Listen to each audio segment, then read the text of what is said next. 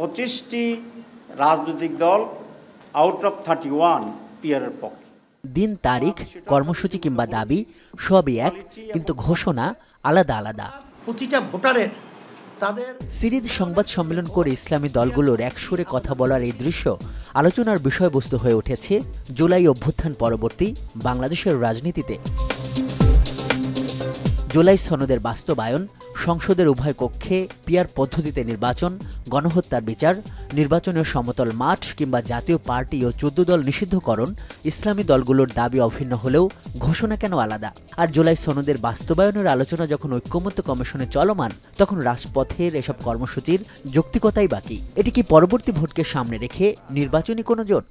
আমরা এটাকে নির্বাচনী জোট মনে করছি না এবং এই ধরনের কোনো পরিকল্পনা নিয়েও আমরা অগ্রসর হচ্ছি না। নির্বাচন যখন জুলাই সনদের আইনি ভিত্তি রচিত হবে আর সরকার তার দেয়া টাইমলাইন অনুযায়ী নির্বাচন করতে যাবে, জুলাই সনদের ভিত্তিতে ফেব্রুয়ারিতে নির্বাচন তফসিল ঘোষণার জন্য যাবে, তখনই আমরা বলতে পারবো আসলে জোট হচ্ছে না আমরা ইন্ডিপেন্ডেন্ট ইলেকশন করতেছি না আমরা সমঝোতা করতেছি। এটা পরবর্তী পদক্ষেপ। আমরা চাচ্ছি যে আমাদের সবাইকে অ্যাকোমোডেট করার জন্য ধীরে ধীরে সবাই আমরা যাতে কাছাকাছি আসতে পারি। তারপরে যখন আমাদের চূড়ান্ত লক্ষ্য অর্জনের সময় আসবে, আমরা সবাই একই মঞ্চে থেকে কর্মসূচি দেব। সরকারকে বারবার বলেছি আমাদেরকে আন্দোলনের দিকে ঠেলে দিবেন না, টেবিলেই সমাধান করেন। আমরা এটা আগেও বলেছি, এখনও বলে যাচ্ছি। ঐক্যমত্য কমিশন মেয়াদও বাড়িয়েছে, সুযোগ আছে। সরকার যদি সেটা টেবিলে সমাধান করে দেয় তাহলে তার আন্দোলন লাগবে না, আমরা আন্দোলন থেকে ফিরে আসবো। আমি স্পষ্টভাবে বলতে চাই, বিএনপি সব জায়গায় বাধা হয়ে দাঁড়াচ্ছে। ফেসিবাদ উৎপাদনের যেই জায়গাগুলো আছে সবগুলো তারা রেখে দিতে চাচ্ছে। এখানে সংস্কার কমিশন থেকে, এখানে ঐক্যমত্য কমিশন থেকে একটা বিষয়ে জোর দেওয়া হয়েছিল যে সাংবিধানিক প্রতিষ্ঠানগুলো এবং সংবিধিবদ্ধ প্রতিষ্ঠানগুলোর নিয়োগ কমিটি হবে আলাদা, সেটা তারা রাজি না। নেতাদের কথা এবং রাজনৈতিক আচরণে এটা স্পষ্ট, নীতিগতভাবে দলগুলো বেশ কাছাকাছি অবস্থান করছেন। এবং এটাও ঠিক, ইসলামী দলগুলোর দাবির মধ্যে আলোচিত পিয়ার পদ্ধতিতে নির্বাচনের দাবির ব্যাপারেও তারা বেশ একাট্টা। এবং এটাও দেখা গেছে ঐক্যমত্য কমিশনে সংখ্যানুপাতিক নির্বাচনের পক্ষে কথা বলেছে প্রায় 26টি রাজনৈতিক দল, যদিও রাজনীতির মাঠে তাদের গুরুত্ব বড় দল হিসেবে নয়। প্রশ্ন হলো, ঐক্যমত্য কমিশনের প্রস্তাবেও যেখানে নিম্নকক্ষে পিয়ার নেই এবং সংখ্যানুপাতিক সরকার অস্থিতিশীল হয়, এমন সমালোচনাও যখন আসছে, তখন তাদের এই অবস্থান কি শুধু একটি দাবি নাকি ভিন্ন কোনো সমঝোতার চাপ? বাস্তবতা হলো, এসব কর্মসূচির ক্ষেত্রেও মিত্র হারাতে দেখা গেছে অঘোষিত এই জোটকে। যদি আপনি পিয়ার পদ্ধতি ছাড়া যান, তাহলে সরকার গঠন করবে কত পার্সেন্ট ভোট নিয়ে বলেন? 35%, 40%। আর পিয়ার হলে সেখানে পার্লামেন্টটা হবে শতভাগ ভোটারের ভোট নিয়ে পার্লামেন্ট হবে। তাহলে সত্যিকারের জনগণের ক্ষমতা তো পিয়ারে হবে।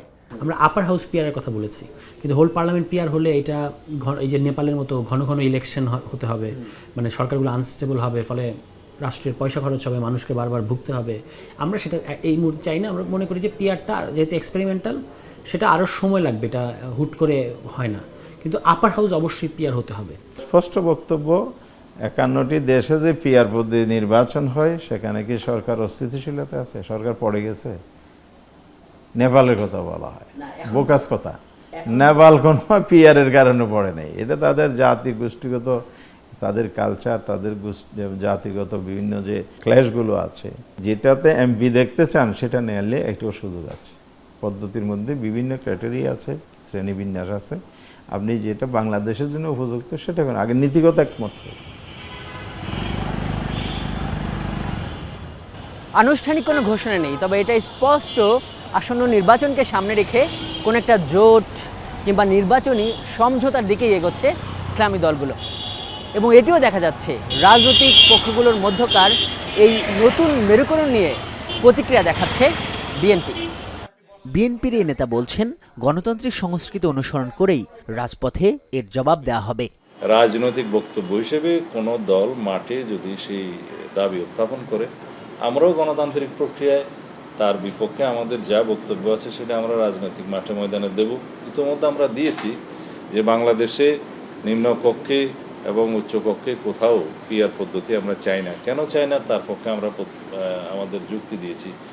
যেমন বাংলাদেশের রাজনৈতিক কালচার এবং নির্বাচনের ইতিহাস কোনোটার সাথেই সামঞ্জস্যপূর্ণ নয় এই পিআর পদ্ধতি।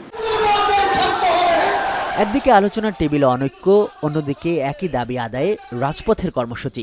এমন অবস্থায় জুলাই পরবর্তী রাজনীতি এবং রাজপথ উত্তাপ ছড়াবে নাকি নির্বাচনের পরিবেশ তৈরি করবে, সেটি দলগুলোর পাশাপাশি যে অন্তর্বর্তী সরকারের ভূমিকার উপরও নির্ভর করছে, সেদিকেও মত দিচ্ছেন বিশ্লেষকরা। আজহার লিমন, এখন, ঢাকা। বিশ্বের সর্বাধুনিক প্রযুক্তিতে প্রস্তুতকৃত Arik silver wash detergent powder 500 গ্রাম মাত্র 70 টাকা। রিমার্ক।